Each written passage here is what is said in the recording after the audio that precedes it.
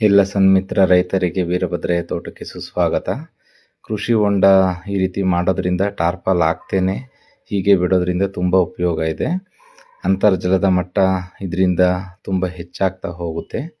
ಇತ್ತೀಚಿನ ದಿನಗಳಲ್ಲಿ ಕೆಲವರು ಮಾಡ್ತಾರೆ ಕೃಷಿ ಹೊಂಡ, ಬಟ್ ಅದು ಟಾರ್ಪಾಲ್ ಹಾಕ್ತಾರೆ ಬೇಸಿಗೆಯಲ್ಲಿ ನೀರು ಉಪಯೋಗಿಸ್ಕೊಳ್ಳೋಣ ಅಂತ. ಅದು ಸಹ ನೀರು ಕಡಿಮೆ ಇರೋರಿಗೆ ಒಂದು ಒಳ್ಳೆಯ ಮಾರ್ಗ.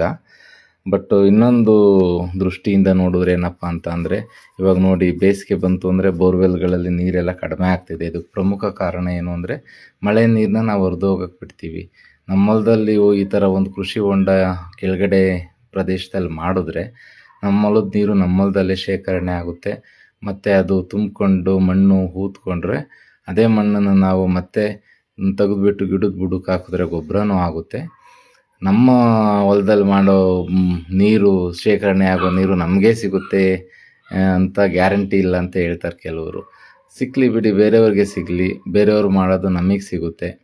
ಇದೆಲ್ಲ ದೇವರು ಕೊಡೋದು ತಾನೆ, ಮಳೆ ನೀರು ಇದೆಲ್ಲ. ಸೊ ಯಾರಿಗೋ ಒಬ್ರಿಗೆ ಅನುಕೂಲ ಆಗುತ್ತೆ, ಬೇರೆಯವ್ರು ಮಾಡೋದು ನಮ್ಗೆ ಅನುಕೂಲ ಆಗುತ್ತೆ. ಸೊ ಜಾಗ ಇದ್ದರೆ ಈ ಥರ ಒಂದು ಹೊಂಡ ಮಾಡಿಟ್ಕೊಳ್ಳಿ. Thank you.